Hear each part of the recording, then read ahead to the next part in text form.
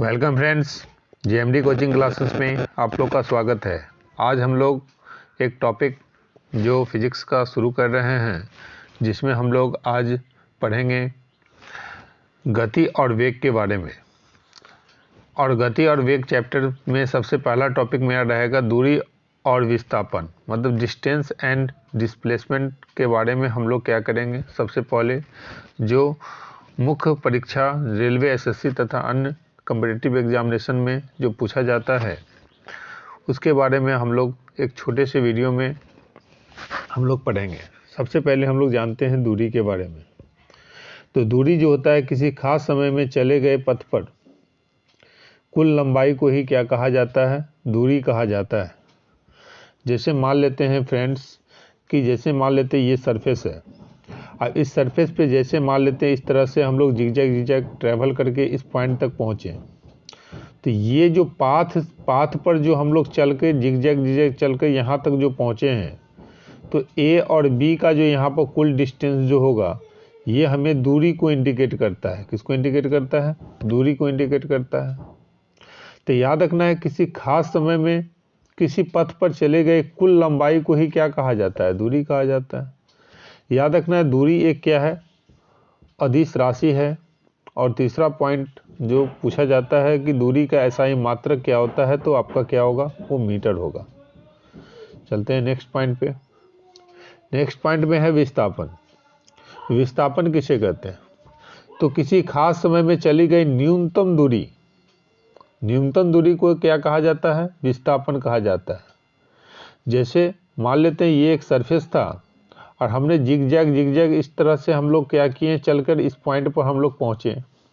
ये ए पॉइंट था, ये बी पॉइंट था। तो इस दोनों के बीच का न्यूनतम दूरी कौन सा हो जाएगा? ए और बी का न्यूनतम दूरी ये हो जाएगा। ये न्यूनतम दूरी को क्या कहा जाता है? विस्थापन कहा जाता है। विस्थापन कहा जाता है। याद रखना है कि न्यूनतम दूरी को हम लोग क्या कहते हैं? विस्थापन कहते हैं। चलते हैं नेक्स्ट पॉइंट पर।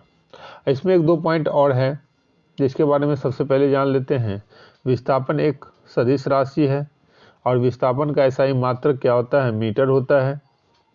याद रखना है, दूरी और विस्थापन का अनुपात जो होता है वो हमेशा 1 से बड़ा होगा। जैसे मान लेते हैं यहाँ पर एक क्वेश्चन को हम लोग देखते हैं। सबसे पहले मान लेते हैं कि आपका इस तरह का पथ है और ये पथ का लंबाई आपको दे दिया 6 और 8 दे दिया।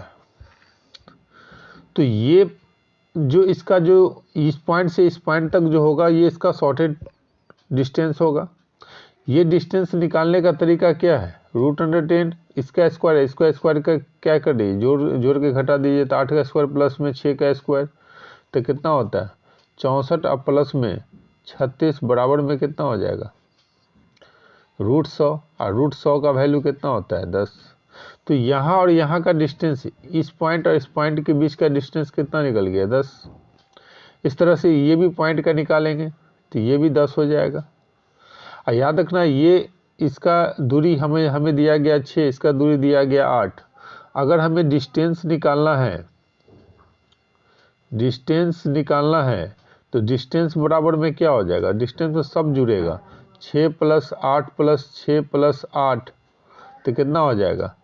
8 814 14 कितना हो जाएगा? 28 हो जाएगा। आपका क्या हो जाएगा? डिस्टेंस।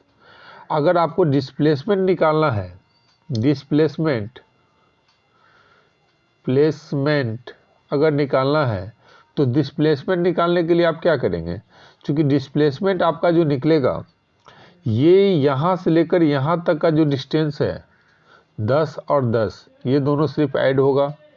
तो ये दोनों को सिर्फ ऐड करेंगे। 10 + में 10 + में 10 बराबर में कितना हो जाएगा? 20 मीटर मेरा क्या हो जाएगा? डिस्प्लेसमेंट हो जाएगा। तो याद रखना है कि दूरी जब निकालने की बात होती है तो दूरी में सब काउंट होगा। इसको भी ऐड करना है, इसको भी ऐड करना है, इसको भी ऐड करना है, इसको भी ऐड करना है। डिस्प्लेसमेंट मतलब विस्थापन निकालना है, तो जो न्यूनतम दूरी होगा, यहाँ से यहाँ तक इसका न्यूनतम दूरी ये हो गया और यहाँ से यहाँ तक इसका न्यूनतम दूरी ये हो गया। तो दोनों दूरी को ऐड करेंगे तो मेरा विस्थापन निकल जाएगा। आते हैं नेक्स्ट पॉइंट पे। अब एक क्वेश्चन को देखते हैं। अगर कोई घोड़ा किसी वृत्ताकार पथ पर 3.1/2 चक्कर लगाता है, मान लेते हैं ये वृत्ताकार पथ है, और इस पथ की त्रिज्या जो दे दिया हमें, कितना दे दिया है, 14 दे दिया है। अब इस पॉइंट पर मान के चलिए, इस पॉइंट पर क्या है, इस पॉइंट पर मान के चलिए कि घोड़ा है, और ये घूम कर गया, एक चक्कर काटेगा, इस एक चक्कर काट के फिर इसी पॉइंट पे आएगा, दूसरा चक्कर काट के फिर इसी पॉइंट पे आएगा, और तीसरा चक्कर काट कर फिर इसी पॉइंट पे आएगा, और फिर आधा चक्कर काटेगा तो फिर इस पॉइंट पे आ जाएगा ना। तो याद रखना है कि अगर हमें विस्थापन निकालना है, विस्थापन अगर निकालना है तो विस्थापन कितना हो जाएगा, यहाँ से लेकर यहाँ तक का दूरी 14 है, तो 14 + 14 तो टोटल कितना हो जाएगा, 28।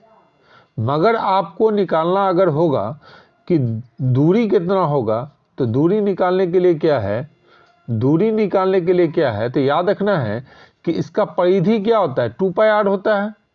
तो अगर मान के चलिए 2πr इसका परिधि होता है, तो यहाँ पर आपका हो जाएगा 2πr और गुने में क्या हो जाएगा, 3.1/2, इससे मल्टीप्लाई करना होगा।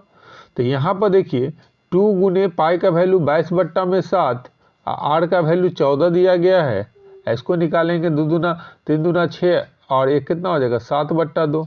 अब इसको कैलकुलेट कर लीजिए, इसको इससे कैंसिल कर देंगे, इसको इससे काट देंगे 7, तो आपका कितना आ जाएगा, 22 दूना 44 और गुने में 7, 7 चौके कितना हो जाएगा, 28 के 8 हाथ में रहा 2, 7 चौके 28 और 2 कितना हो जाएगा, 30।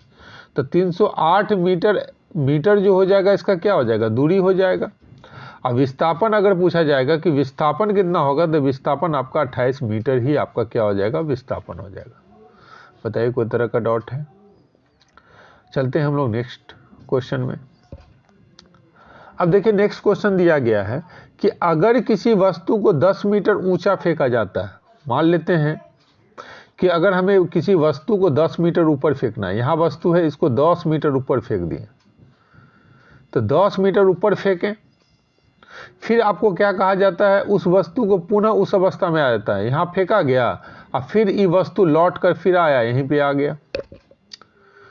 तो याद रखना है दूरी कितना होगा, दूरी जो होगा यहाँ पे, तो 10 गया और 10 फिर आएगा तब ना इस पॉइंट पे आ जाएगा जी।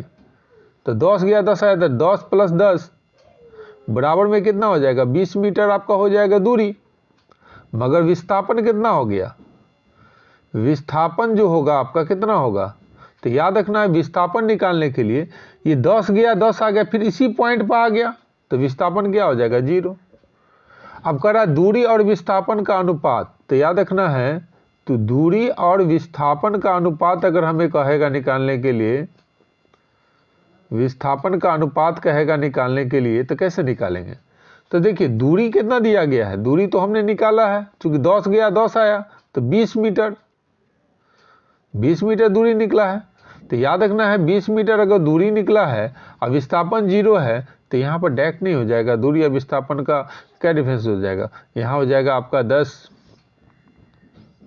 20 हो जाएगा, 20 मीटर अपॉन में 0 बराबर में क्या आ जाएगा आपका 20:0। ये आपका इसका क्या हो जाएगा, रेशियो हो जाएगा। चलते हैं नेक्स्ट पॉइंट पे। अब देखिए यहाँ पर याद रखना है दूरी और विस्थापन में अंतर। तो दूरी और विस्थापन में अंतर क्या है, याद रखना दूरी में केवल परिणाम को व्यक्त किया जाता है, 5 यहाँ 5 यहाँ 5 यहाँ 5 यहाँ सबको ऐड कर देंगे, तो इसमें परिणाम ही निकलता है। याद रखना ये धनात्मक और शून्य भी होता है। याद रखना है कि दूरी एक सदिश राशि है।